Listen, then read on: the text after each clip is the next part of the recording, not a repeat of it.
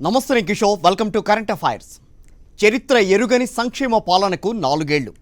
ఒక భరోసా, ఒక నమ్మకం, ఒక గుండె ధైర్యం, ఒక ఆత్మస్థైర్యం, ఒక విశ్వాసానికి ఈ 4 ఏళ్ల పాలన నిలువెత్తు నిదర్శనం.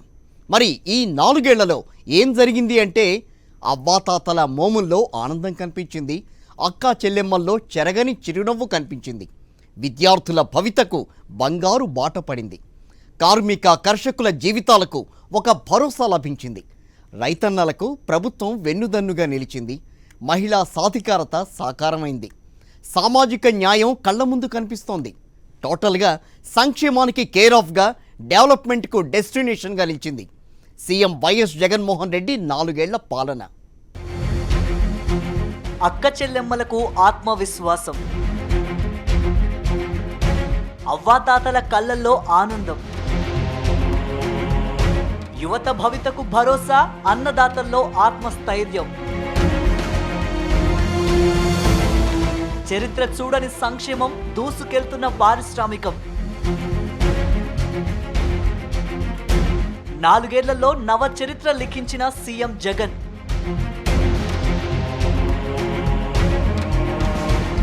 ఈ 4 ఏళ్ల పాలనలో జగన్ ఏం చేశారో తెలుసా? రాష్ట్రాన్ని సంక్షేమంలో నెంబర్ 1 చేశారు, డెవలప్మెంట్కు డెస్టినేషన్గా మార్చేశారు. ఎస్, దేశంలో ఏ రాష్ట్రంలో లేని విధంగా సంక్షేమానికి చిరునామాగా రాష్ట్రాన్ని మార్చేశారు సీఎం జగన్. అదే సమయంలో రాష్ట్రాన్ని గ్రోత్ రేట్లో నెంబర్ 1, ఈజ్ ఆఫ్ డూయింగ్ బిజినెస్లో నెంబర్ 1, పెట్టుబడుల ఆకర్షణలో నెంబర్ 1, ప్రభుత్వ ఉద్యోగాల కల్పనలో నెంబర్ 1గా నిలిపారు.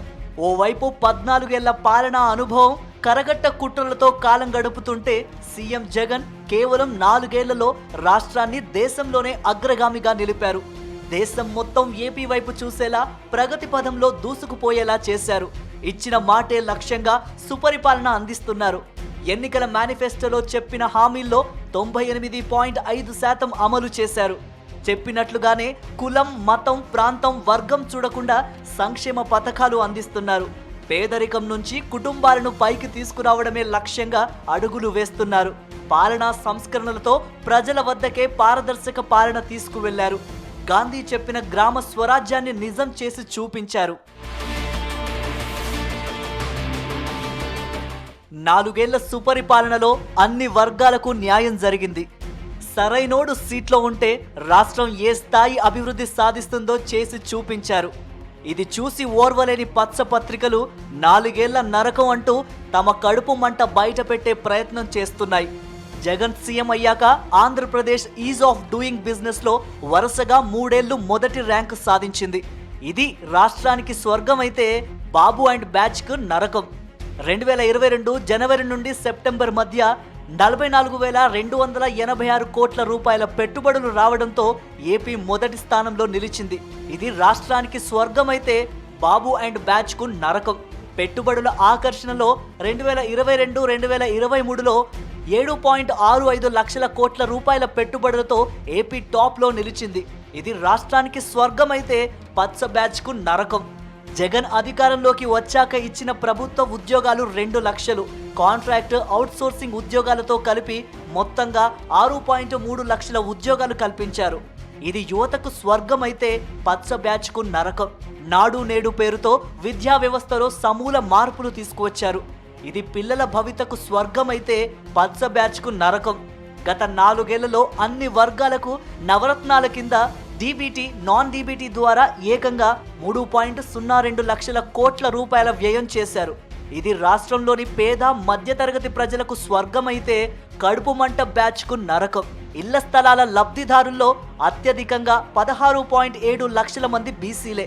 ఇది బీసీలకు స్వర్గం అయితే కడుపు మంట బ్యాచ్కు మాత్రం నిజంగా నరకమే.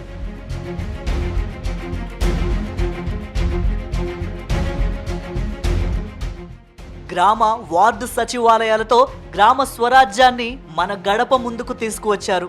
గ్రామ, వార్డు స్థాయికి పరిపాలనను, పథకాలను, పౌర సేవలను పారదర్శకంగా తీసుకెళ్లారు. ఇటు సంక్షేమము, అటు అభివృద్ధిని బ్యాలెన్స్ చేస్తూ సుపరిపాలనతో జనం నమ్మకాన్ని రెట్టింపు చేశారు. మరోవైపు వ్యవసాయ రంగంలో ఎన్నడూ చూడని విప్లవాత్మక సంస్కరణలు తెచ్చి విత్తనం నుంచి విక్రయం దాకా రైతుల వెన్నంటి నిలుస్తూ వ్యవసాయాన్ని ఓ పండగలా మార్చేశారు. గత ప్రభుత్వాలకు భిన్నంగా మేనిఫెస్టో అంటే పవిత్ర గ్రంథాలైన భగవద్గీత, బైబిల్, ఖురాన్గా అమలు చేసి చూపించారు.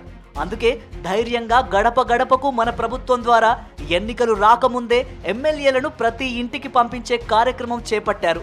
ప్రజలకిచ్చిన హామీలను తూచా తప్పకుండా నెరవేర్చినందునే ఎమ్మెల్యేలు ధైర్యంగా ప్రజల దగ్గరకు వెళ్ళగలుగుతున్నారు.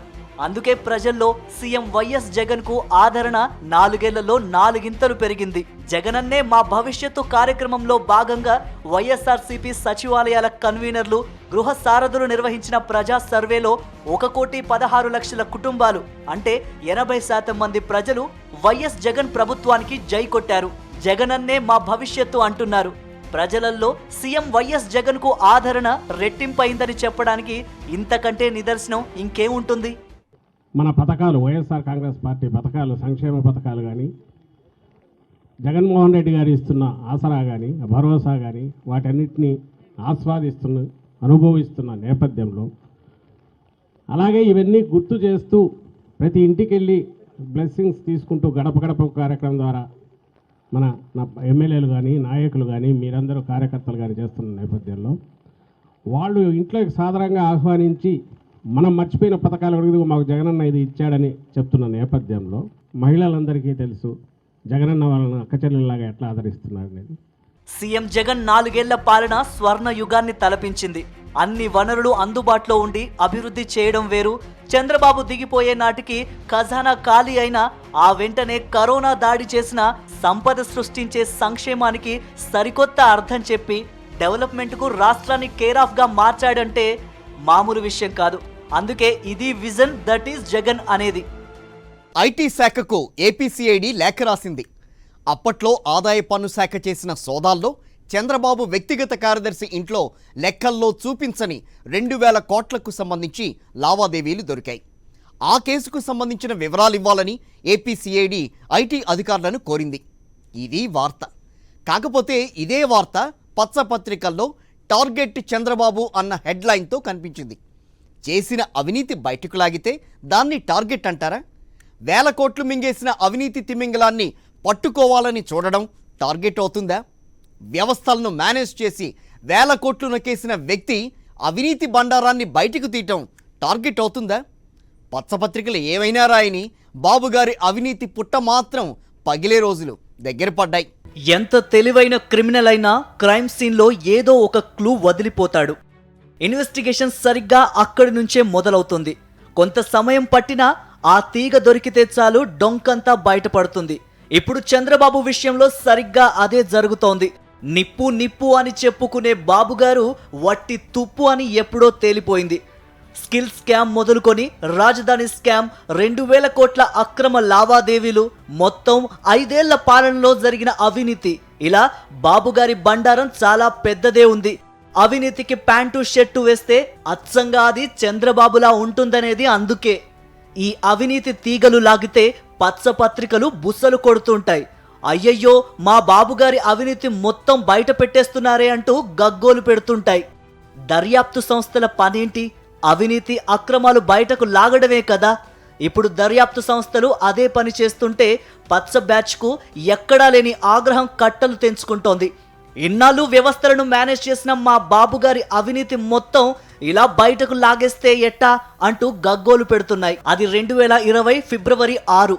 ఐటీ శాఖ హైదరాబాద్, విజయవాడ, కడప, విశాఖపట్నంతో పాటు పూణే సహా 40 ప్రాంతాల్లో జరిపిన సోదాల్లో మొత్తంగా 2,000 కోట్ల రూపాయల మేరకు అక్రమంగా తరలించిన వివరాలు లభ్యమయ్యాయి. ఆదాయపు పన్ను శాఖ వెల్లడించిన వివరాల్లో అత్యంత కీలకమైన విషయం ఏమిటంటే అప్పట్లో చంద్రబాబు దగ్గర పిఎస్గా పనిచేసిన వ్యక్తి నుంచి కీలకమైన పత్రాలు, అనేక ఆధారాలు లభ్యమైనట్టు పేర్కొంది. అప్పట్లో తెలుగు రాష్ట్రాలతో పాటు దేశవ్యాప్తంగా అనేక చోట్ల పలువురు వ్యక్తులు, ఇన్ఫ్రా సంస్థలపై ఐటీ అధికారులు సోదాలు చేశారు.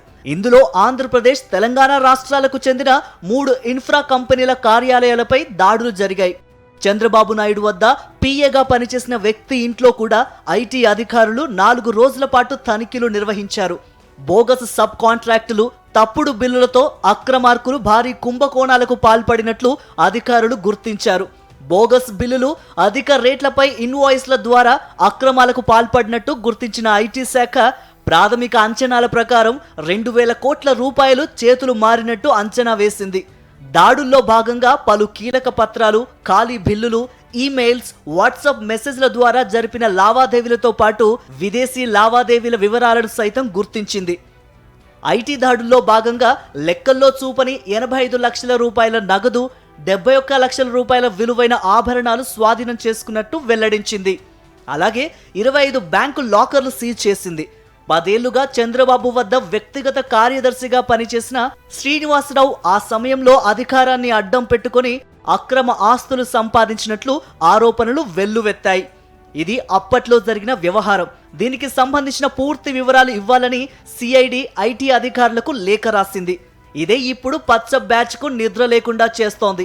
ఏడాదికి 365 రోజులు, నెలకు 30 రోజులు, వారానికి 7 రోజులు, రోజుకు 24 గంటలు, గంటకు 60 నిమిషాలు, నిమిషానికి 60 సెకండ్లు దోచుకోవడం గురించి, దాచుకోవడం గురించి ఆలోచించి ఆ పనిలోనే నిమగ్నమై స్కాముల్లో స్కిల్లున్నోడు అని నిరూపించుకున్న ఏకైక రాజకీయ నాయకుడు ఎవరో తెలుసా? మరెవరో కాదు, ఆయన మన నారా చంద్రబాబు నాయుడే. 40 ఏళ్ల రాజకీయ జీవితాన్నిచ్చి 14 ఏళ్లు ముఖ్యమంత్రిగా అవకాశం ఇచ్చి, అన్ని వనరులు ఇచ్చి, గొప్ప గొప్ప అవకాశాలు ఇచ్చి ఈ రాష్ట్రాన్ని బాగు చేయమంటే ఆయన చేసిందేంటో తెలుసా? స్కాములు, ఇన్సైడర్ ట్రేడింగులు, అక్రమంగా భూములు కట్టబెట్టడాలు, ప్రజాధనాన్ని అయిన వారికి దోచిపెట్టడాలు. ఒక్కటి మాత్రం నిజం, ఇన్నాళ్ళు వ్యవస్థలను మేనేజ్ చేస్తూ తాను నిప్పు అంటూ కవరింగ్ ఇచ్చుకున్న పొలిటికల్ తుప్పు చంద్రబాబు అని ఎప్పుడో తేలిపోయింది. బాబు అండ్ బ్యాచ్ చేసిన అవినీతిలో 2,000 కోట్ల స్కామ్ చాలా చిన్న ఫిగర్. అంతకు మించి చాలానే అవినీతి కథలున్నాయి. స్కిల్ డెవలప్మెంట్ పేరుతో తన స్కిల్ చూపించారు చంద్రబాబు. 371 కోట్ల ప్రజాధనాన్ని నొక్కేశారు. సచివాలయం, ఇతర భవన నిర్మాణాల పేరుతో చాలానే గోల్మాల్ చేశారు. అంతకు మించి 5 ఏళ్ల పాలనలో 1,000 కోట్ల రూపాయల ప్రజాధనం తమ ఖాతాల్లోకి మళ్లించుకున్నారు. ఈ గోల్మాల్ వ్యవహారాన్ని ప్రభుత్వం అసెంబ్లీలో పవర్ పాయింట్ ప్రజెంటేషన్లో అందరికీ అర్థమయ్యేలా వివరించింది. ఈ దోచుకున్న డబ్బుని నిప్పు గారు ఏం చేస్తుంటారు అనేగా మీ డౌట్. అప్పుడప్పుడు బహిరంగ మార్కెట్లలో ఎమ్మెల్యేలను కొంటుంటారు. మిగతాదంతా విదేశీ బ్యాంకుల్లో భద్రంగా దాచుకుంటారు. ఇక్కడ మరో విషయం జాగ్రత్తగా గమనించాలి. అదేంటంటే చంద్రబాబు ఎప్పుడూ తాను తప్పు చేశానని చెప్పడు. మీరెన్ని దర్యాప్తులు చేసినా తాను దొరకననే చెప్తాడు. ఎందుకంటే తాను వ్యవస్థలను మేనేజ్ చేస్తాడు. కొండను తవ్వి ఎలకను పట్టారు అంటాడే గాని తాను కొండంత అవినీతి చేయలేదని మాత్రం చెప్పడు. ఎప్పుడైనా తనపై అవినీతి ఆరోపణలు వస్తే అది తాను చేయలేదని చెప్పుకుంటాడు. కానీ నేను దొరకనని చెప్పుకునే ఏకైక నాయకుడు చంద్రబాబు. ఒక్కటి మాత్రం నిజం, అన్ని రోజులు మనవి కావు. 100 గొడ్లను తిన్న రాబందు సైతం ఒక్క గాలివానకు కుప్పకూలుతుంది. ఇప్పుడు చంద్రబాబు అవినీతి పాపం పండే టైం వచ్చింది. ఎవరెంత గోల పెట్టినా, ఎంతలా గగ్గోలు పెట్టినా అవినీతి కథలు ఆధారాలతో సహా బయటపడడం ఖాయం. మైథాలజీ, హిస్టరీ, మిస్టరీ దేన్ని వదలడం లేదు యంగ్ హీరో నిఖిల్. కార్తికేయ 2 దెబ్బకు పాన్ ఇండియా హీరో అయిపోయాడు. ఇప్పుడు అదే జోరుతో వరుస ప్రాజెక్టులు పట్టాలెక్కిస్తున్నాడు. బోస్ డెత్ మిస్టరీ ఛేదించే స్టోరీ లైన్తో తెరకెక్కిన స్పై మూవీ అందరిలో క్యూరియాసిటీ పెంచేసింది. అంతలోనే ఏమాత్రం గ్యాప్ ఇవ్వకుండా ది ఇండియన్ హౌస్ పేరుతో మళ్ళీ సర్ప్రైజ్ ఇచ్చాడు నిఖిల్. ఇందులో సావర్కార్ గురించి చెప్పే ప్రయత్నం చేయబోతున్నాడు. ఇటు బోస్, అటు సావర్కార్, ఈ 2 మిస్టరీలను ఛేదించే స్టోరీ లైన్తో నిఖిల్ మరోసారి ఇండియా వైడ్గా హాట్ టాపిక్ అయ్యాడు. కార్తికేయతో కృష్ణ రహస్యం ఛేదించాడు. బోస్ డెత్ మిస్టరీ రివీల్ చేసేందుకు రెడీ అయ్యాడు. సావర్కర్ కథను కూడా చెబుతానంటున్నాడు. పాన్ ఇండియాను షేక్ చేస్తున్న యంగ్ హీరో నిఖిల్. పెద్ద హీరోలు సైతం డబ్బింగ్ కథలకు పరిమితమవుతుంటే యంగ్ హీరో నిఖిల్ మాత్రం పాన్ ఇండియా రేంజ్ లో దున్నేస్తున్నాడు. కార్తికేయ 2 నిఖిల్ కెరియర్ లో బిగ్గెస్ట్ హిట్. టాలీవుడ్ పెద్ద హీరోలకు అందని ఫీట్ అది. కార్తికేయ 2 దెబ్బకు నిఖిల్ పాన్ ఇండియా స్టార్ గా మారిపోయాడు. నిఖిల్ సినిమా విడుదలవుతుందంటే ఇప్పుడు ఆల్ ఇండియా వైడ్ గా ఫ్యాన్స్ ఎదురు చూసే పరిస్థితి వచ్చింది. ఇదంతా కార్తికేయతో వచ్చిన హైపే. కార్తికేయ 2 తర్వాత నిఖిల్ పాన్ ఇండియా స్టోరీలనే సెలెక్ట్ చేసుకుంటున్నాడు. కథలు మాత్రమే కాదు, ఆ కథలను ప్రేక్షకులకు నచ్చే విధంగా, వాళ్ళు మెచ్చే విధంగా తెరకెక్కిచ్చే డైరెక్టర్లను కూడా సెలెక్ట్ చేసుకుంటున్నాడు. ఒక్క హిట్ పడగానే కాలర్ ఎగరేసి నేను తోపు అనకుండా, అంతే జాగ్రత్తగా తడబడకుండా సరైన కథలను ఎంచుకుంటున్నాడు. కార్తికేయ 2 తర్వాత నిఖిల్ నెక్స్ట్ సినిమాపై అందరిలోనూ భారీ అంచనాలు నెలకొన్నాయి. అయితే నిఖిల్ చేస్తున్నది స్పై మూవీ అని తెలియడంతో ఇది రొటీన్ రొడ్డకొట్టుడు అని అంతా నిరుత్సాహపడ్డారు. ఇప్పుడు ఇలాంటి సినిమాలు చాలానే వచ్చాయి. అందులో 90% సినిమాలు బాక్స్ ఆఫీస్ ముందు బోల్తా కొట్టాయి. అయితే ఇలా నిరుత్సాహంగా ఉన్న తన ఫ్యాన్స్కి షాక్ ఇచ్చాడు నిఖిల్.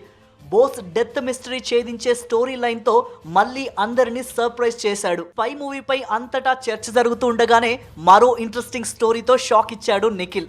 అదే the Indian house. Global star Ram Charan సమర్పణలో ఈ సినిమా తెరకెక్కుతోంది. కొత్త దర్శకుడు రామ్ వంశీకృష్ణ ఈ చిత్రాన్ని తెరకెక్కిస్తున్నాడు. టైటిల్ అనౌన్స్ చేస్తూ ఓ ఇంట్రెస్టింగ్ వీడియోని కూడా మేకర్స్ రిలీజ్ చేశారు. 1900 దశకం సమయంలో భారతదేశ చరిత్ర పుటల్లో లేని ఒక అధ్యాయాన్ని ఈ చిత్రంలో చూపించే ప్రయత్నం చేస్తున్నారు. ఈ పీరియాడిక్ బ్యాక్డ్రాప్ చిత్రం టీజర్తోనే అంచనాలు పెంచేసింది. స్వాతంత్ర్యానికి పూర్వం జరిగిన సంఘటనల నేపథ్యంలో కథాంశం ఇది. అప్పటి రాజకీయ సంక్షోభ సమయంలో నడిచే ప్రేమ కథలా కనిపిస్తోంది. స్పై మూవీతో పాటు ది ఇండియన్ హౌస్ ఈ రెండు స్టోరీ లైన్స్ నేషనల్ వైడ్ గా ఆకట్టుకునేవే. అసలు ది ఇండియన్ హౌస్ కి సావర్కర్ కి సంబంధం ఏంటనేగా మీ డౌట్.